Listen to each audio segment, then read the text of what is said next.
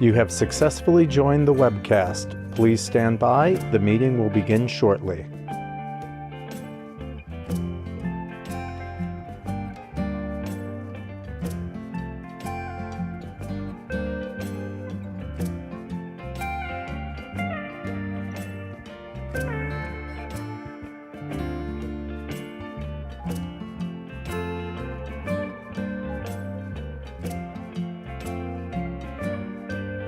You have successfully joined the webcast. Please stand by. The meeting will begin shortly.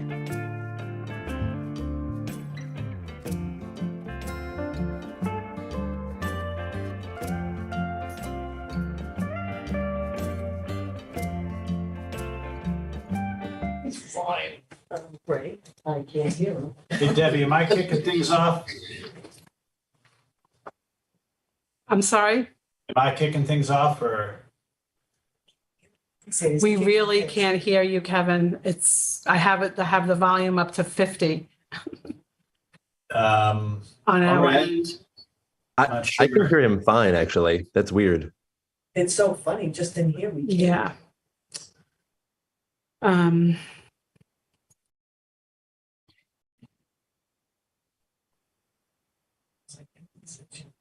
Does that help? All right, try now. Oh, dear God. Yeah. All right. That's All right. Yeah. Okay. Yeah, sorry, Kevin, sorry. Okay. Oh, please. Thank you. Okay. Am I kicking things off, Debbie? Are you kicking things off? You can just ask the question. Yes, you.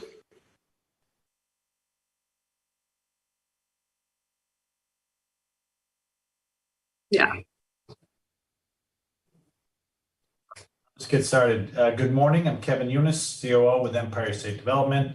Before I call this meeting to order, I'll note for the record that I am the designee for the Department of Economic Development's Commissioner Hope Knight and will serve as the acting chair of today's meeting. I now call to order the meeting of the members of the New York Job Development Authority for Wednesday, June 28th, 2023. Before we get started, I will ask that everyone please mute their audio until you are ready to speak. I'd like to note for the record that this meeting is being webcast, and also note for the record that the public was given an opportunity to comment on the agenda by submitting their written comments by 4:30 p.m. yesterday, and that we received no comments from the public concerning today's agenda. The members have received the written materials in advance of the meeting and are free to ask questions at any time. I would now ask the members whether anyone has any potential conflicts of interest with respect to the items on the agenda. If so, please make an appropriate disclosure on the record at this time, and we will make sure that you recuse yourself from any discussion or vote with regard to such item. All right, hearing none. The first item on today's agenda is the approval of the minutes of the June 23rd, 2022 members meeting. Are there any comments, questions, additions, or deletions? If not, I would entertain a motion for approval. Motion. Second? All right, all in favor? Aye. Aye. Any opposed? Thank you. The motion carries. We'll now hear from the JDA's controller, Kathleen Mize, regarding the approval of the annual financial reports. Kathleen, when you're ready. Thank you, Kevin, and good morning, members. The Public Authorities Law requires annual approval by the authority members and certifications by the President and Chief Executive Officer and the Chief Financial Officer of certain financial reports. I'll refer to them as reports going forward. The reports consist of financial information set forth in the combined financial statements and independent auditor's report, March 31, 2023 and 2022, the audit report, as prepared with the authority's independent audit firm, EFPR Group, LLP.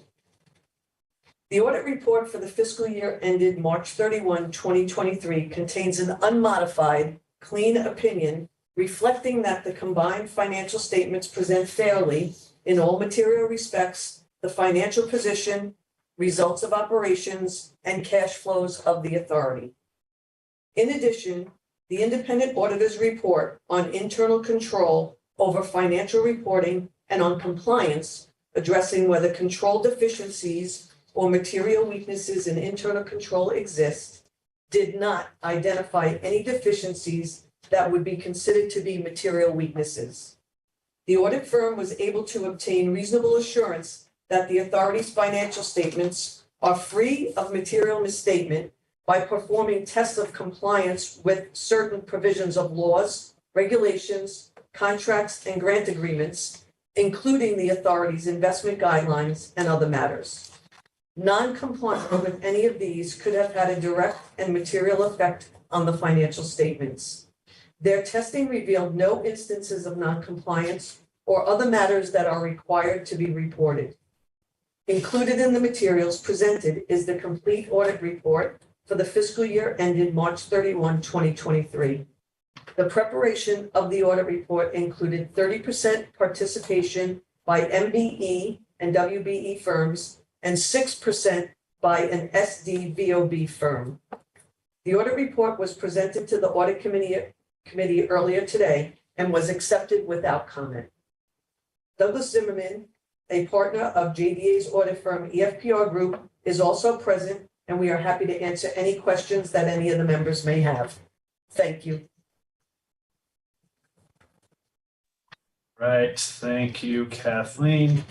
Are there any comments or questions from the members with regard to this item?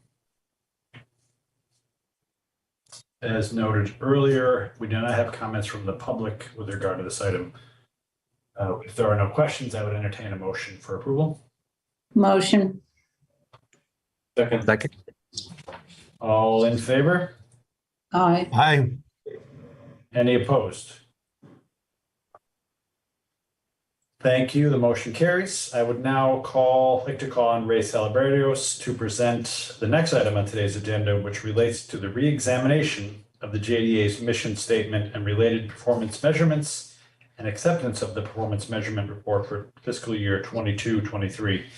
Ray, when you are ready. If you're there. Ray is supposed to be dialing in remotely. So I will check on him.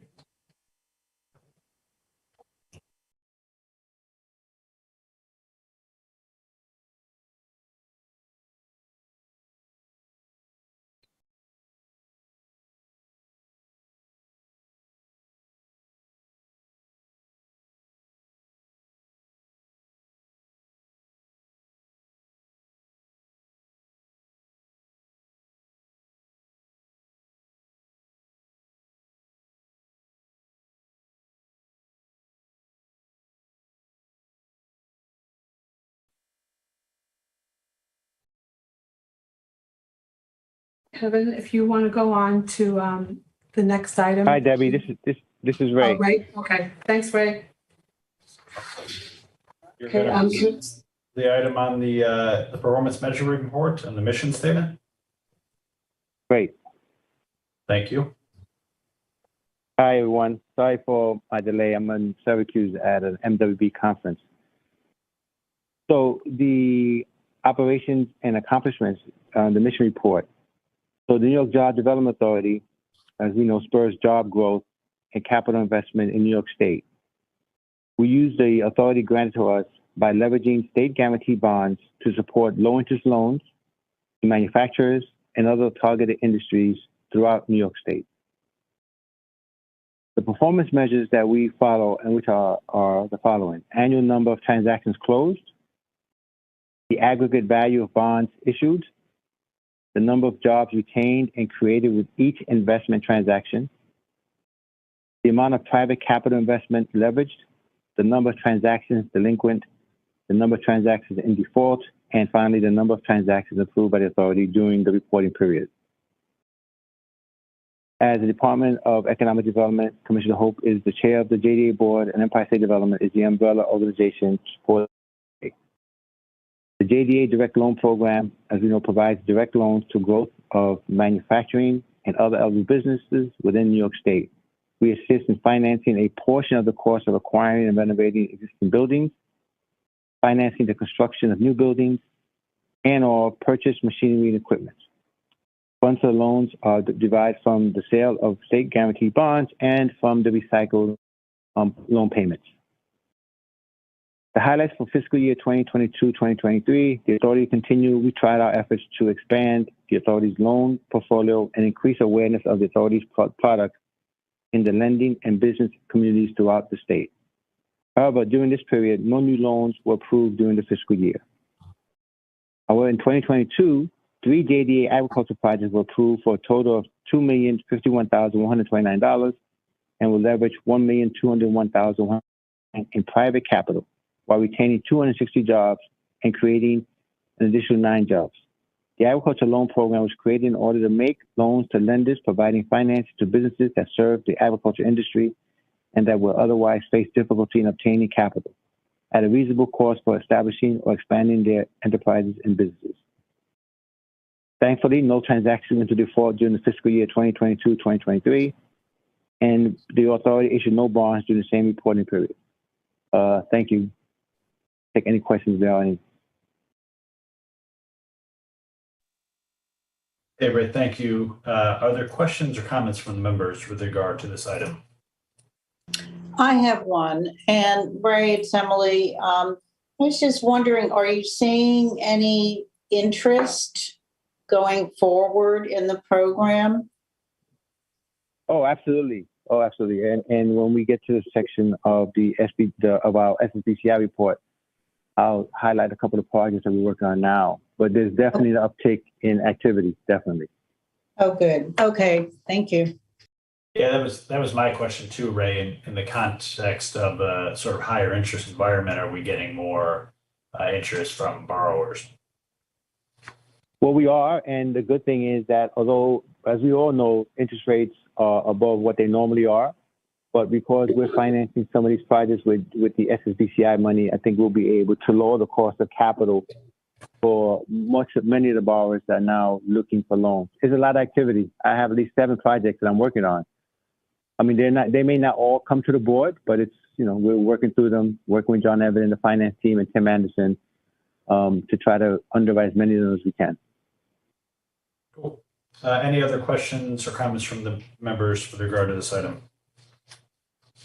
All right. As noted earlier, we do not have any comments from the public, and I would entertain a motion for approval. Motion. Second. All in favor? Aye. Any opposed? Thank you. The motion carries. Doug Janice will now present an item relating to the adoption of the authority's revised procurement guidelines. Doug.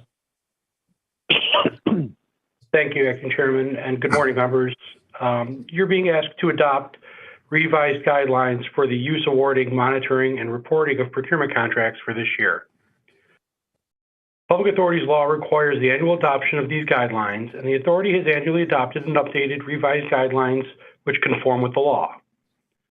While the 2023 guidelines are substantially similar to the adopted 2022 guidelines, staff is recommending some changes to clarify and better organize the guidelines, make the guidelines more user-friendly, logical, and coherent, while ensuring that the JDA obtains goods and services in an open, accountable, and transparent manner.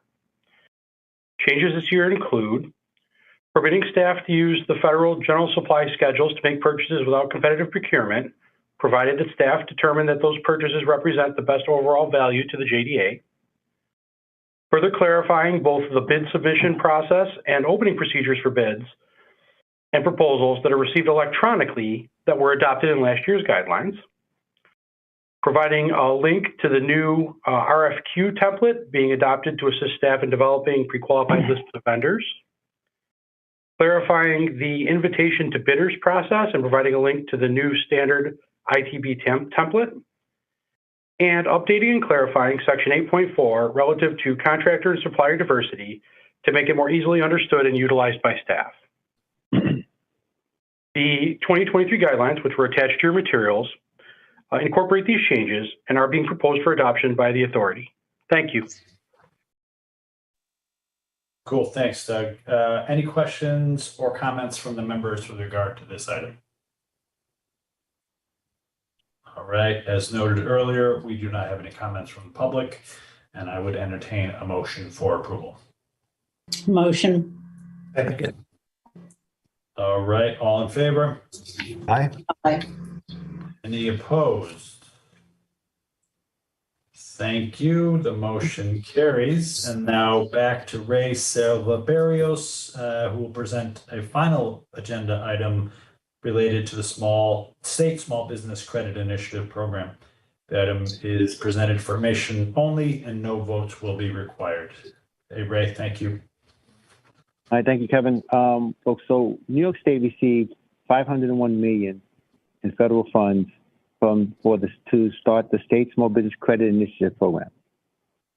So we expect to continue our support with 10 new programs for small businesses, and we're including social and economically disadvantaged individuals, which really is a wide umbrella that helps cover most of small businesses throughout New York State, predominantly those located in distressed communities. So we have received $501 million, $282 million has gone to 6 debt programs, $219 million has gone to 4 equity programs, and today's presentation will be just on the debt programs. So to start off, what we did was we looked at these 6 programs and we started with a small business revolving loan fund. There's $56 million that we allocated to help small business owners with shorter term micro loans. And these loans are typically under $250,000. And we're trying to address the inequitable capital access by bridging the financing gaps facing new companies, underbanked communities, and small businesses. Small Business Revolving Loan Funds applies lending through a participating CDFI. We have 16 lenders have signed up to participate in the program, and eligible companies will be able to start applying for loans throughout participating lenders. Today, actually, we are in the process of closing like 9 of those 16 lenders. Kevin, thank you. We will have a closing on June 30th. We'll probably get out over $20 million in loans to start the program running. We have a $47 million New York Forward Loan Fund that provides flexible low-interest loans for small business owners via an online application portal for loans of up to $150,000.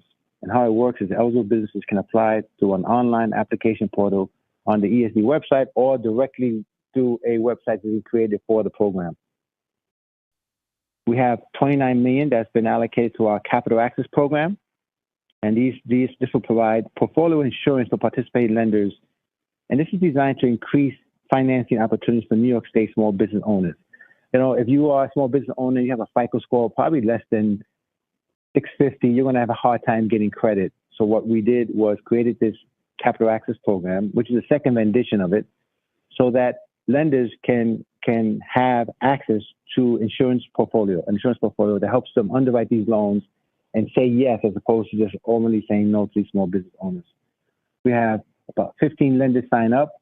We're really gearing up with credit unions, community banks with assets under $2 billion, and the CDFI community. The response has been tremendous. We're signing up people, so I'm very excited about the future of the Capital Access Program. And we have 2 contractor financing programs that will assist contractors who have difficulty mobilizing the working capital they need to fund the contract. So the examples, we have 3 large projects and 1 micron, we just looked that's coming up. But we have the Buffalo Bills Stadium. We're working with the 2 JFK terminal renovations, Terminal 1 and JetBlue. So altogether, it's $9 billion in project opportunities. So what we did was we created a contractor financing program, which allows us to guarantee loans up to $500,000, working with specific CDFIs and 2 minority depository institutions. So a contractor will go to one of the banks or one of the CDFIs, apply for a loan. The criteria remains the same, but now because of our $500,000 guarantee, it gives the banks a lot more comfort level in saying yes. and we worked out with the Port Authority. We have not yet done it with the Buffalo Bills, but with the Port Authority, we have an assignment of contract. So with an assignment of contract, we're able to guarantee 80% of the loan. So you can imagine the interest for this has been robust. I'm up in Syracuse now, and we're having a conference on that specific initiative. And I think that's going to go very well for the contractors in New York State. We're also having a bonding guarantee program, and that provides access to bid bonds, performance bonds for contracting performance on publicly funded projects. Right, so, it's throughout New York State. Eligible contracts can apply through the participating surety companies, which we have engaged. Now, finally, I saved the best for last. Finally, for us and JDA members, we started a $106 million capital project loan fund. So this is going to provide direct loans, primarily through JDA, for the growth of manufacturing and other eligible businesses within New York State. Right. So again, we're going to follow the programmatic guidelines of JDA. Right. So we're going to finance a portion of the cost of the acquiring, renovating existing buildings or constructing new buildings for purchasing machinery and equipment. Now, the actually full connectivity we have, we're working on a battery manufacturing company in Chautauqua County. We have a grape manufacturer, a grape cooperative, again, in Chautauqua County. We have two contractors who are, one is buying a building, two of them are buying the buildings, one in Staten Island, one in Brooklyn. And so those 4 projects alone are coming to fruition and coming to you guys, to the board relatively soon. So, and we have, I have like 6 other applications that we're in the process of reviewing to make sure they meet the current underwriting that we need. So the word's been getting out. We've been doing, my team and I don't know if Liz is on the phone, but Liz is there. Liz has been out there promoting the program. So we are really, really excited about the opportunities it's going to present for the JDA program, and we expect to keep members very busy in the next year and a half and such. So, Kevin, that's all I have for the Capital Access Program. So I'm happy to take any questions if needed. Oh, great. Thanks, Ray. Any comments or questions from the members with regard to this informational item? Sorry. Go ahead. Ray, this is Alfredo. Just a question about the banks. Which banks in the city are participating in the program? We have, we have 2 banks, Carver Bank and Onset Bank. But because of our good relationships with the Independent Bank Association, M&T is working with us on one project, and Tompkins is working with another project we're doing up in the Finger Lakes.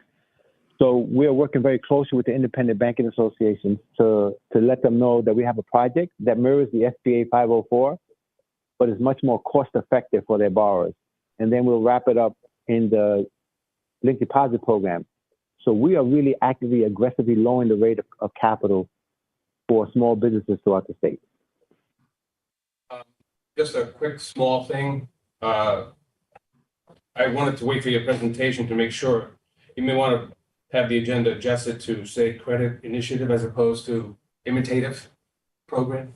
Oh, okay. Is that what it says? Okay, I'll make a note of that. Sure. Ray, aside from the lending, with the guarantees, do we have any kind of lien position on anything, or is it a straight out guarantee set up more like an insurance program? I think it's the latter. The Treasury has allowed us to use these credit support programs to catalyze lending to contracting firms. So they're in turn, so what we're doing is making sure that the lenders do their due diligence, get the assignment, because once you have an assignment, the risk for the lender is minimal because you have an assignment. That contract means they're going to get paid directly. And the only really risk they have is performance. And in dealing with the agencies, they have done a really good job to make sure that they have vetted these contractors and they feel comfortable that performance won't be an issue with them. So we don't have a direct lien on them, but we provide insurance for the guarantee. Okay. And we're the only insurer, right? There's not another insurer involved on the same project?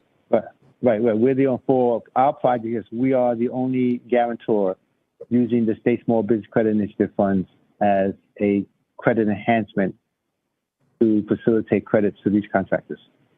Okay, I think that's great. I'm glad to hear that.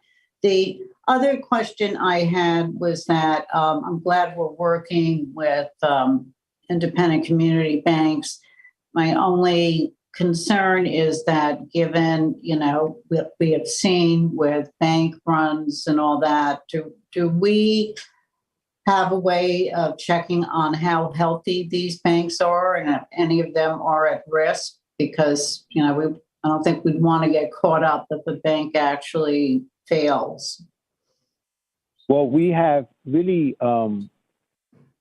strengthened our relationship with the Independent Bank Association. Liz and I are actually having a meeting with the Department of Financial Services just to double check to make sure that these banks, these smaller banks, these are small banks, maybe 2 or 3 branches, each $2 billion in assets or less. And we're doing our due diligence to make sure that, and the banks are providing their financial statements for us, just as we provide financial statements to them. We want to see their books. Because we realize that in this day and age, we want to make sure the banks will be around for a while. All right. So, but you are checking with the state? Yes. Okay. And will they be able to give you some kind of clean bill of health or something for those institutions? We hope. Our meeting, I think, is tomorrow. Okay. Today's Wednesday. Yes, I hope so. I just think it's important. There are lots of things to look at with these smaller institutions, as we've all learned again and again. So I'm glad to hear you're doing that. Thank you.